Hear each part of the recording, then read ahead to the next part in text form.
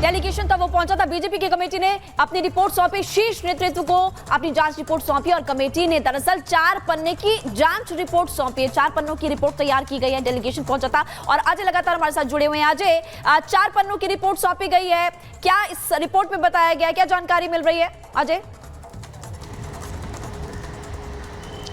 बिल्कुल, बीजेपी के राज्यसभा सांसद जो है निषाद, वो पहुंचे थे यहाँ पर। उनकी बातचीत के दौरान ही जो लड़की की मां है उसका बयान कि उनकी जान खतरे में है वो सार्वजनिक हुई थी, जहां पर उन्होंने आश्वासन दिया था। और अभी जस्ट उनसे बात हुई। जो निषाद है राज्यसभा सांसद, वो इस समय सदन में ही मौजूद है। इस मुद्दे को आज सदन में भी उठाएंगे और अपना पक्ष रखते हुए वो जानकारी दे रहे थे कि हमने वहाँ जो कुछ मिला, ग्राउंड में जो कुछ हम ऑब्जर्वेशन किया, उसके नोट्स बनाकर उस पर एक रिपोर्ट बनाकर पार्टी के शीर्ष नेतृत्व को दे दी है और सदन में भी अब इस मुद्दे को उठाएंगे। तो निश्चित ही बीजेपी इस मामले को, क्योंकि ये निषाद समाज से जुड़ा हुआ मामला है और सीधे सीधे समाजवादी पार्टी न केवल चुप्पी साधे बल्कि दूसरे पक्ष के साथ भी खड़ी दिखाई दे रही है। इस मामले को लेकर बैकफुट पर होती दिखाई नहीं दे रही है। इस मामले पर जो निषाद है राज्यसभा सांसद बीजेपी के, उन्होंने शीर्ष नेतृत्व को अपनी रिपोर्ट पेश कर दी है। बिल्कुल अजय, आप जानकारी दे रहे थे कि शीर्ष नेतृत्व को रिपोर्ट अब पेश कर दी गई है और इसको लेकर अब क्या कुछ कहा जाता है अब समाजवादी पार्टी की तरफ से, क्योंकि अभी तक तो यही कहा जा रहा है कि डीएनए टेस्ट कराइए, नार्को टेस्ट कराइए, कुछ भी बोलने से बचा जा रहा है। लेकिन जिस तरह से अभी ये मामला गंभीर है, इस पर राजनीति भी होती दिखाई दे रही है, क्योंकि कहीं ना कहीं पीडीए का हल्ला जरूर होता है, लेकिन उनकी बातें या उनके मुद्दों को उठाने का काम समाजवादी पार्टी नहीं कर रही उसी क्षेत्र से होकर भी। लेकिन देखिए, जिस तरह का ये पूरा प्रकरण था, अयोध्या मामला, अब ये लखनऊ के चौराहों पर इसको लेकर विरोध देखने को मिला। पोस्टर्स लगे नजर आ रहे हैं और इन पोस्टर्स के जरिए समाजवादी पार्टी से यही सवाल बार बार भारतीय जनता पार्टी पूछ रही है कि आखिर मजबूरी क्या है जो बार बार ऐसे बयान आ रहे हैं। रिपोर्ट देखिए।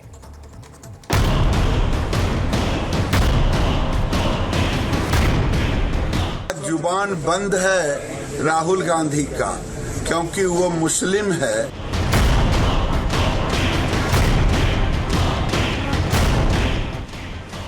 अखिलेश यादव हो, शिवपाल यादव हो या अवधेश प्रसाद हो, अयोध्या में बवाल होने के बाद, इतने सवाल खड़े होने के बाद भी इन नेताओं को गैंगरेप पीड़िता से मिलने का वक्त नहीं है, जिसका सीधा समाजवादी पार्टी से कनेक्शन निकला है। लेकिन सपा नेताओं के उस मुंह से बोल नहीं फूट रहे।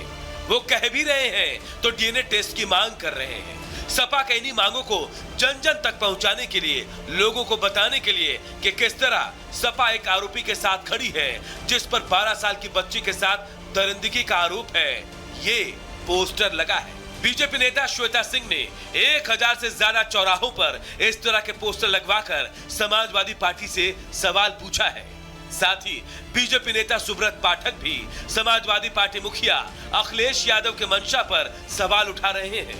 तो वहीं कांग्रेस नेता राशिद अलवी पूछ रहे हैं, अखिलेश ने क्या गलती की है? जिस प्रकार से समाजवादी पार्टी के मुखिया अखिलेश यादव जी ने इस बलात्कार की जिस प्रकार से उस पर मोहर लगाई है और एक बलात्कारी को कहीं ना कहीं संरक्षण देने का काम किया है, बहुत दुखद है, बहुत दर्दनाक है। और मैं समझता हूं कि अखिलेश जी के इस बयान के बाद में उनको आत्मग्लानि जरूर हो रही होगी। अखिलेश यादव ने कौन सी गलत बात कही है? अखिलेश यादव ने यही तो कहा इन्वेस्टिगेशन होना चाहिए, यही तो कहा है सच्चाई सामने आनी चाहिए, यही तो कहा है जो गुनाहगार है उसको सजा मिलनी चाहिए, यही तो कहा है कि बदले की भावना से कोई काम मत कीजिए।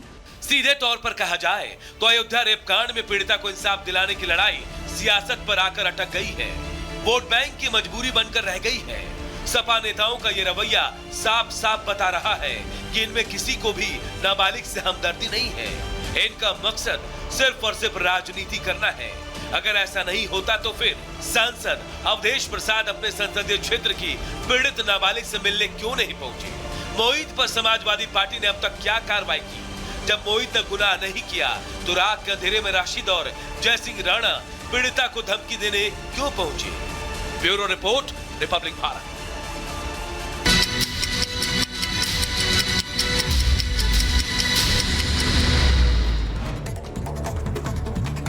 और चलिए ब्रो करेंगे 2 मिनट में भारत का। देखिए, अयोध्या मामले पर अपने डीएनए वाले बयान पर कायम अखिलेश यादव, कहा कि सपा को बदनाम करने की हो रही कोशिश। डीएनए टेस्ट का कानून और टेस्ट में क्या परेशानी है?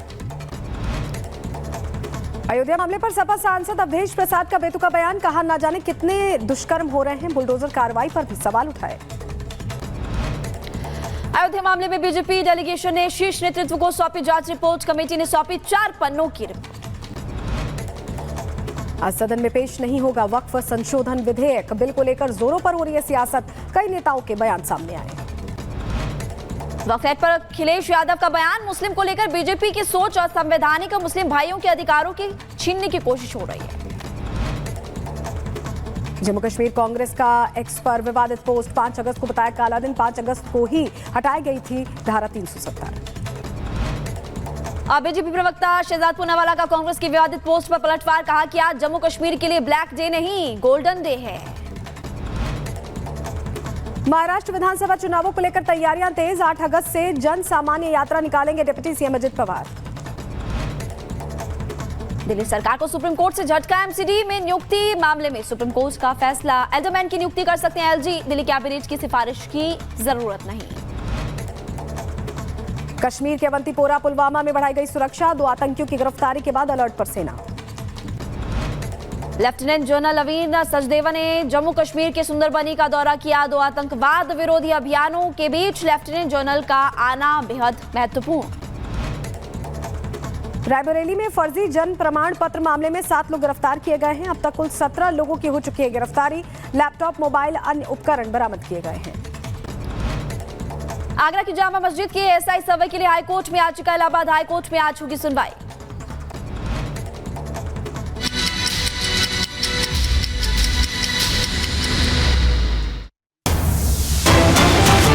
और बड़ी खबर आपको बताया, जम्मू कश्मीर में सुरक्षा बलों को बड़ी सफलता मिली। अवंतीपोरा के इलाके में बताया जा रहा है आतंकियों के 2 मददगारों को गिरफ्तार किया गया है। दोनों के पास से हथियार और गोला बारूद बरामद किया गया है। तो 2 मददगारों को गिरफ्तार करने में जम्मू कश्मीर सुरक्षा बलों ने बड़ी सफलता हासिल की है। ये आतंकियों को मदद पहुंचाते थे जिन पर कार्रवाई हुई है। अवंतीपोरा में आतंकियों के 2 मददगार गिरफ्तार हुए हैं, जिनसे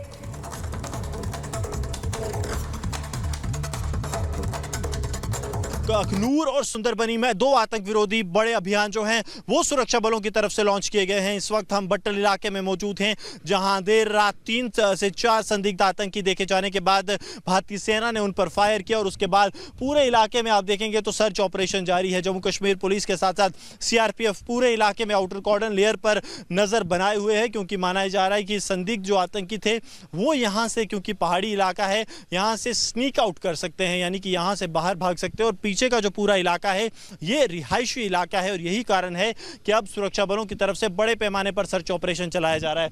अगर इस तरफ आप देखेंगे सीधा दाईं तरफ, तो यहाँ पर आपको दिखेगा कि क्योंकि एक पानी का जो स्रोत है वो यहाँ चलता है, इसलिए पूरे इलाके में नज़र जो है वो सुरक्षा बल रखे हुए हैं। जम्मू कश्मीर पुलिस की तैनाती जो है वो इस इलाके में कर दी गई है ताकि किसी भी तरह की अप्रिय घटना जो है उसे निष्क्रिय किया जा सके। ठीक सामने जो गाँव है वो उसे पूरी तरह से सील कर दिया गया है, वहां पर कॉर्डन लगा दिया गया है ताकि सुरक्षा बल जो हैं वो उस गांव पर पूरी नज़र रख सकें कहीं संदिग्ध आतंकी, क्योंकि इस पहाड़ी को बताया जाता है इस पहाड़ी के दूसरी तरफ जो है उनकी गतिविधि देखी गई थी, तो उसके बाद कई आतंकी यहां पर आने का प्रयास ना करें, इसके लिए लगातार ऑपरेशन जारी है। आपको बता दें कि जीओसी 16 कोर यानी कि 16 कोर कमांडर लेफ्टिनेंट जनरल नवीन सचदेवा जो हैं वो भी इस वक्त इसी इलाके में, सुंदरबनी के जनरल इलाका पड़ता है, यहाँ पर मौजूद हैं और लगातार वो ऑपरेशंस को मॉनिटर कर रहे हैं। देखिए ये बहुत ज़्यादा चुनौतीपूर्ण इसलिए है क्योंकि लगातार पाकिस्तान की तरफ से कोशिश है कि घुसपैठ करवाकर ज़्यादा से ज़्यादा आतंकियों को भारतीय सरजमी पर भेजा जाए और यही कारण है कि अब सुरक्षा के इंतजाम जो हैं वो चाक चौबंद कर दिए गए हैं ताकि किसी भी अप्रिय घटना को आतंकी अंजाम देने में सफल ना हो। जो सीआरपीएफ के कमांडोज हैं उनकी तैनाती भी की गई है, जम्मू कश्मीर पुलिस भी तैनात है और जिस तरह से हाल फिलहाल में हमने देखा कि जम्मू संभाग में पाकिस्तान की तरफ से आतंकी गतिविधियों को बढ़ाने की कोशिश की जा रही है, उस बीच एक और घटना जो है वो सामने आई और 2 बड़े आतंक विरोधी अभियान जो हैं वो इस वक्त अखनूर और सुंदरबनी में जारी हैं।